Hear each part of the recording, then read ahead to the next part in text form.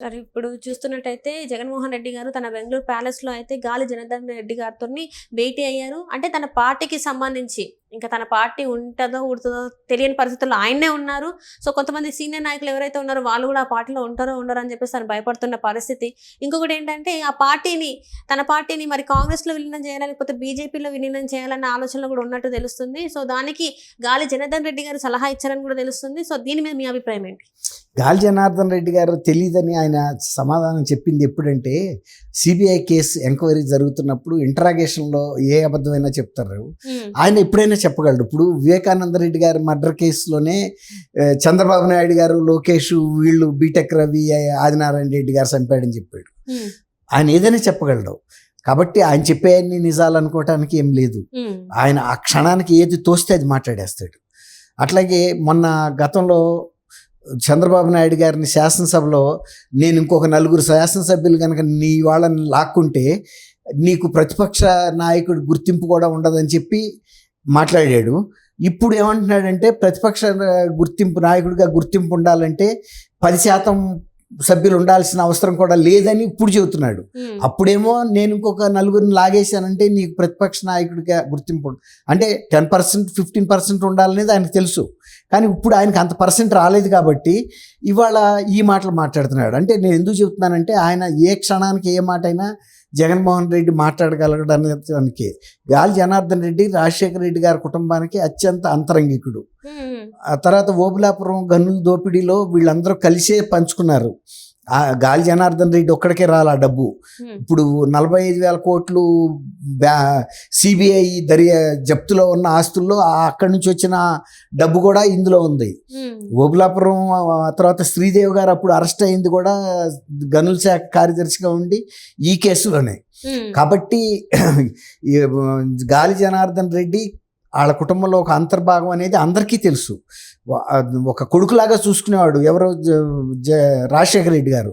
ఎందుకు చూసుకున్నామంటే ఆర్థికంగా ఉన్న సంబంధాలు అలాంటి లావాదేవీలు అలాంటి చాలా పెద్ద ఎత్తున ఆయన ఎంత సంపాదించాడో అందులో వీళ్ళ భాగం సింహభాగం వీళ్ళకి ఇవ్వబట్టే ఆయన అంత దోపిడీ చేయగలిగాడు. అది దేశంలోనే ఒక అక్రమ మైనింగ్లో అత్యధికంగా జరిగిన కేసు ఏదైనా ఉందంటే ఓబులాపురం మైనింగ్. అది రాష్ట్ర సరిహద్దులు దాటి కూడా గన్నులు తవ్వుకెళ్ళిపోయారు. కర్ణాటకలో కూడా వెళ్ళిపోయారు వాళ్ళు. అంటే ఒక బంగారపు గని తవ్వినట్టే కదా. ఆ రోజుల్లోనే చైనాలో అప్పుడు ఒలింపిక్స్ జరుగుతున్నాయి. వాళ్ళకి ఐరన్ ఓర్ చాలా కావాల్సి వచ్చింది. అప్పుడు ఇక్కడ నుంచి విపరీతమైన షిప్పింగ్. అసలు మద్రాసు పోర్టుకి గాలి జనార్దన్ రెడ్డి గారి టిప్పర్లు అంటే కూడా ఎక్కడ చెక్ పోస్టులు ఆపే పరిస్థితి లేదు. ఎందుకంటే వాళ్ళు అధికారం ఉంది, రెండోది డబ్బులు కూడా ఇచ్చేవాడు. ఆ చెక్ పోస్టులకి నెలకింతని ఇచ్చేస్తుంటే అది ఐరన్ ఓర్ అక్రమంగా వెళ్తుందని తెలిసినా కూడా అలౌ చేసేవాళ్ళు. అది మద్రాసు దీని నుంచి పోర్ట్ నుంచి కూడా ఇతర దేశాలకు ఎగుమతి అయిపోయింది. ఆ విధంగా ఐరన్ ఓర్ చాలా భారీ ఎత్తున దోపిడీ జరిగింది. అందువల్ల ఆయనకి అప్పట్లో బంగారపు కుర్చీ కూడా ఉందని చెప్పుకునేవాడు జనార్దన్ రెడ్డికి. సరే కుర్చీ ఉండా లేకపోయినా ఆయన ఎంత విలాసవంతమైన జీవితం అంటే డబ్బు ఎంత సంపాదించాడు, ఎంత తవ్వారనేది ఇప్పుడు సెటిలైట్ల ద్వారా చూసిన తర్వాత కూడా ఆశ్చర్యపోయారు. అంత అక్రమ మైనింగ్ జరిగింది. ప్రభుత్వం తను మనిషి అయినప్పుడు రాజశేఖర రెడ్డి గారు ఇక ఎవరు ఆపుతారు? పోలీస్ శాఖ ఆపదు, గనుల శాఖ ఆపదు, రెవెన్యూ శాఖ ఆపదు. కర్ణాటకలోకి వెళ్ళి తవ్వారంటే కర్ణాటకలో కూడా వీళ్ళకి రాజకీయంగా పలుకుబడి ఉంది. వీళ్ళ తమ్ముడు కర్ణాటకలో శాసనసభ్యుడిగా మంత్రిగా కూడా చేశాడు, గాలి జనార్దన్ రెడ్డి తమ్ముడు. వాళ్ళకి అక్కడ కూడా, ఎందుకంటే అది బార్డర్ విలేజ్ కాబట్టి తర్వాత వీళ్ళు పార్టీ కూడా పెట్టారు అక్కడ కర్ణాటకలో. అంత రాజకీయంగా ఇన్ఫ్లుయెన్స్ ఉంది. 2 రాష్ట్రాల ముఖ్యమంత్రులు ప్రభావితం చేయగలిగినటువంటి బలం వాళ్ళకి ఆర్థికంగా ఉంది, రాజకీయంగా ఉంది, సామాజికంగా ఉంది. అలా అంత బలవంతుడైన వ్యక్తి అతను.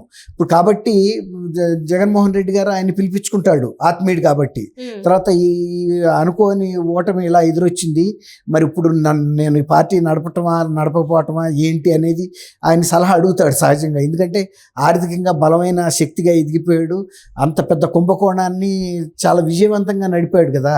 ఇప్పుడు ముఖ్యమంత్రులకు ఎవరికి ఇవ్వాల్సింది వాళ్ళకి ఇచ్చేవాడు, అధికారులకు ఇచ్చాడు, తర్వాత చెక్ పోస్టులకు ఇచ్చాడు. ఎక్కడైనా ఈవెన్ పోర్టుల్లో కూడా ఇప్పుడు అక్కడ నుంచి పంపటానికి వాళ్ళకు కూడా మేనేజ్ చేయబట్టే కదా ఇంత కొన్ని లక్షల టన్నుల ఐరన్ ఓర్ వెళ్ళిపోయింది.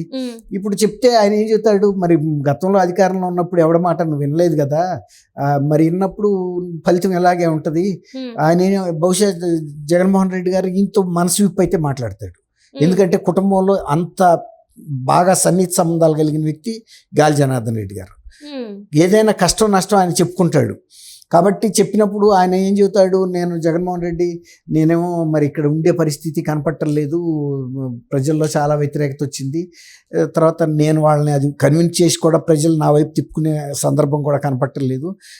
నా అనుయాయులు అనుకున్న బొత్స సత్యనారాయణ కానీ, తర్వాత ఆయన పుంగనూరు ఎమ్మెల్యే పెద్దిరెడ్డి రామచంద్రారెడ్డి, తర్వాత అట్లాంటి ముఖ్యులు అందరూ కూడా ముఖం సాటేస్తున్నారు, నన్ను కలవటానికి ఇష్టపడలేదు, ఇక అంత ముఖ్యులే మారిపోయినప్పుడు ఇక నేనేం చేయగలుగుతాను అనే ఉద్దేశం మీద అడుగుంటాడు. అయితే ఆయన కూడా ఏం చెప్పాడంటే, మరి అది వాస్తవం కదా, మరి నువ్వు కావాలంటే ఇటు ఎన్డీఏలో చేరితే ఎన్డీఏలో చేర్పించేసేయి ఆ సభ్యుల్ని, తర్వాత లేదంటే కాంగ్రెస్లో చేర్పించు, తను కూడా తన వంతు సహాయం చేస్తాడు. వీళ్ళకి ఈ రెండు పార్టీలతోనూ సన్నిహిత సంబంధాలు ఉన్నాయి, ఎన్డీఏతో రెండింటికి సంబంధాలు ఉన్నాయి. ఇప్పుడు ఎట్లా కర్ణాటకలో కాంగ్రెస్ ఉంది కాబట్టి మరి ఇప్పుడు కాంగ్రెస్ అధిష్టానంతో మాట్లాడమన్నా ఆయన డీకే శివకుమార్ చాలు ఈ కాంగ్రెస్ అయితే. ఒకవేళ బీజేపీలో అయినా కూడా వీళ్ళకి సన్నిహిత సంబంధాలు ఉన్నాయి. అప్పుడు బీజేపీకి ఎలా స్పందిస్తుంది అనేది మనం ఇప్పుడేం చెప్పలేము. ఇతను కూడా మరి జారుతాడా లేదా అనేది మనం ఏం చెప్పలేము. అంటే ఇప్పుడు లోక్సభ స్పీకర్ కి తను సపోర్ట్ ఇచ్చాడు. కానీ వీళ్ళ మనసు వీళ్ళ అభిప్రాయాలు కూడా తెలుసుకోవాలి కదా. సపోజ్ వీళ్ళు కాంగ్రెస్ లో అయితే కంఫర్టబుల్ గా ఉండగలుగుతారా, రాజకీయ భవిష్యత్తు ఉంటుంది అనుకుంటున్నారా, లేదు బీజేపీలో ఉంటే కంఫర్టబుల్ గా ఉంటుంది అనుకుంటున్నారా, తర్వాత అక్కడ వాళ్ళకి ఎవరైనా గాడ్ ఫాదర్స్ ఉంటే ఎవరిని ఏ పార్టీలో చేరితే వాళ్ళు జారమంటాడు. ఎందుకంటే ఎట్టాగు పార్టీ ఉండే పరిస్థితి కనపట్టలేదు. విలీనం చేసే బదులు ఎవరి ఇష్టం వచ్చిన సాటికి వాళ్ళు వెళ్ళారు అనుకోండి, రేపు ఈయన మీద నింద ఉండదు కదా, నీ మూలన మా రాజకీయ జీవితాలన్నీ బలైపోయినాయి అని చెబుతున్నారు.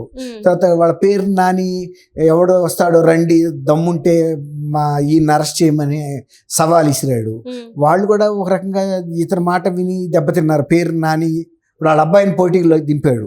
ఇప్పుడు అబ్బాయి రాజకీయ భవిష్యత్తు కూడా గందరగోళంలో పడ్డట్టే కదా. కాబట్టి మనం ఇతన్ని నమ్మి మోసపోయాం కాబట్టి ఓ రకంగా జగన్మోహన్ రెడ్డి మాత్రం ఎందుకు ఉండాలన్న ఇది కూడా ఉందేమో అంటున్నారు. ఆయనలో అంతర్గతంగా ఆ భావం నుండి ఇలాంటి రెచ్చగొట్టే ప్రకటనలు చేస్తున్నాడు. అప్పుడు బీజేపీ వాళ్ళు కూడా ఇక్కడ నుంచి చెబుతారు కదా వాళ్ళకి, ఆ కేసెస్ తొందరగా మూవ్ చేయండి, మిమ్మల్ని మన్నే ఛాలెంజ్ చేసే పరిస్థితికి వచ్చిందని పురంధరేశ్వర్ గారైనా అక్కడ చెబుతుంది కదా. ఇట్లా మినిస్టర్లు ఎక్స్ మినిస్టర్లు వీళ్ళు సవాళ్ళు ఇసురుతున్నారు వైఎస్ఆర్సీపీ వాళ్ళు, ఆ కేసులో తేల్చి లోనేయండి, అది కూడా తేలుతుంది కదా. ఇప్పుడు మొన్న కవిత గారిని అరెస్ట్ చేసే ముందు కూడా బీఆర్ఎస్ వాళ్ళు సవాల్ చేశారు, చేయండి చూద్దాం ఎట్టా ఇక్కడ నుంచి హైదరాబాద్ నుంచి తీసుకెళ్తారు అని కూడా సవాళ్ళు ఇచ్చినారు. అరెస్ట్ చేయను చేశారు, హైదరాబాద్ నుంచి తీసుకెళ్లారు. ఇవాళ రాక బెయిల్ కూడా రాలేదు, తిహార్ జైల్లో ఉంది. అట్లాగే కొన్నిసార్లు ఇట్లా రెచ్చగొట్టడానికి కూడా శ్రేయోభిలాషులా లేకపోతే వాళ్ళు మనకి ఏదైనా కీడు జరగాల అనేది కూడా చెప్పలేము. అది థ్యాంక్ యూ అమ్మ శ్రీ, మన వీక్షకులు కూడా నమస్కారం.